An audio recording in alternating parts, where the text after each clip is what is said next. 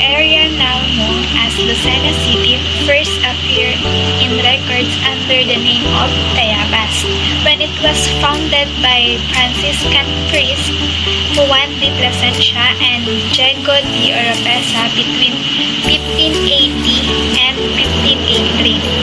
Incidentally, Tayabas was also the name given to its encompassing province known as Quezon. Today, the name Tayabas is carried by the city next to Lucena. And then Lucena, officially known as the City of Lucena or Lungsod ng Lucena, is a first-class, highly urbanized city in the Calabarzon region of the Philippines. It is the capital city of the province of Quezon, where it is geographically situated, but in terms of government and administration, the city is politically independent from the province. For the resident of Lucena, the capital of Quezon Province, there is only one place to relax or simply spend time with the family outside the home. 2-year-old Ferris Park, however, is not just a favorite prominent area. It is also where the monument of Quezon favorite son stands, as it is most imposing landmark in the middle of the lagoon. Visitors usually gathered around the double life-sized bronze statue of late Manuel L. Quezon. Many residents may not know that the monument was actually built from coins donated by school children. 12 sacks of 1 centavo coin was donated by young students all over the province. Actually, the 1 centavo bronze coins was minted by U.S. government and were circulated during Commonwealth period before World War II. Carlos Villaverde, a local historian and a photo curator of Quezon Gintong Yaman Museum, shows a clippings of news report written by the late Quezon newsman Owen Masaganda, which related on how the 1946 Godofredo Magallanes, a former military colonel and then manager of Matila Hotel, had promised Quezon widow Aurora during gathering in Tayabas, the former name of Quezon Province natives, that the monument of the former president will be built as tribute to his heroism. Coins collected from public elementary pupils were shifted to Milan, Italy, where the monument was sculpted by Italian, according to Masaganda's report. The monument was conceived during the time of Governor Gregorio Santayana in 1950, but erected in 1954 when Vicente Constantino was the governor. 1955, then President Ramon Magsaysay inaugurated the memorial as a tribute to Quezon, a native of Baler, which is now part of Aurora, Quezon. Citing in his own research findings, Villaverde says that Felipe Mendoza won a contest for the best design of the shrine. He shows a sketch of a winning piece which part of Constantino Christmas card in 1952. It had the governor's appeal to help build the monument. The Quezon Shrine, marked with an imposing marble wall, lies on the 4th block of 7-hectare Ferris Park in front of Capitol Building. Entry points to the shrine are now secured by steel gates from vandalism and drug addicts who used to hang around at night when the park was still poorly lit and unsafe. Governor Filimon Perez donated the sites way back in early 1920s. The park was designed by engineers Sergio Bayan and Jose Capinpin and started building in 1924. The history of the park and that of former President Quezon seems to be intertwined. When the park was inaugurated in 1929 with a colorful grand parade, Quezon, then Senate President, came as a guest of honor. When Governor David Suarez restored and improved the once popular jade fountain in front of Quezon Monument. The colored fountain that used to squirt water as high as 50 feet was put off in 1967 during the administration of the late Governor Anacleto Alcala. However, it was left idle for the past 3 decades and the operating machine underneath were left to rust. According to Villaverde, the fountain was conceived by Alcala to add beauty to the park and to help the residents forget the tragic fire that razed more than 30 blocks of residential and commercial area in 1965.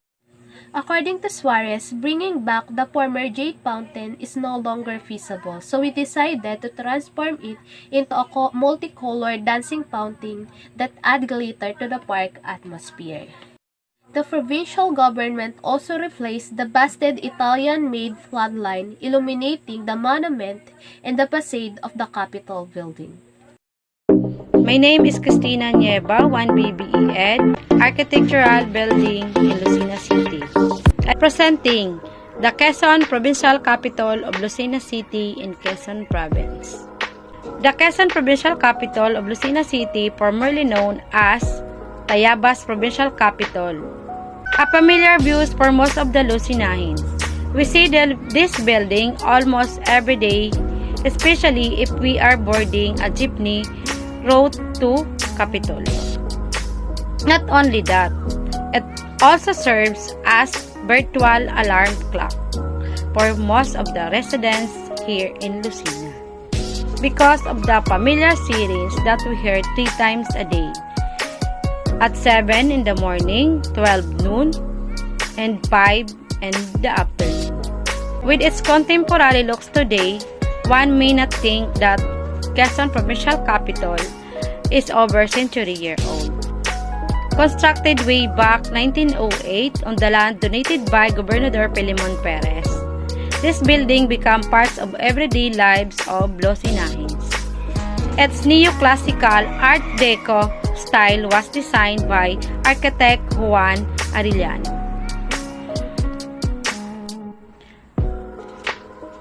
On the top of the Provincial Capitol building, you will see 24 statues of men and women representing the different livelihood in the province. These statues are made by Italian sculptor Francisco Ricardo Monte. During the World War II, the structure was damaged but was soon restored by means of Philippine Rehabilitation, Tiding Act April 30, 1946. During the World War II, the structure was damaged but soon restored the means of Philippine Rehabilitation, Tiding Acts April 30, 1946. On March 10, 2010, the Quezon Provincial Capital was declared National Historical Landmark by National Historical Institute or NHI through Presidential Decree number 260 on March 15, 2011. The NHI noted the state of disorder of the building. From then on, the restoration of the project for the provincial capital was carried out. Adjacent to the provincial capital is Provincial Governor's Office and Social Service Office. Behind it is the Quezon Convention Center. Provincial capital has with 3 floors and many offices. It's one of the biggest and beautifully built provincial capital in Quezon Province. Pasayahan sa Lucena, Quezon. Pasayahan sa Lucena was conceptualized to the natural and ecological interrelationship and independence between nature and man. It also promotes the ways of life inherent among the people of Lucena. All this find exquisite and appreciates expressions through a mammoth gathering of colors, outlandish costumes, and symbolic clothes reminiscent of Mardi Gras and Rio de Janeiro and New Orleans showcase. The first Pasayahan in 1987 was a big triumph that it has become an annual affair. Year after year, the Pasayahan draws a sea of rollicking humanity.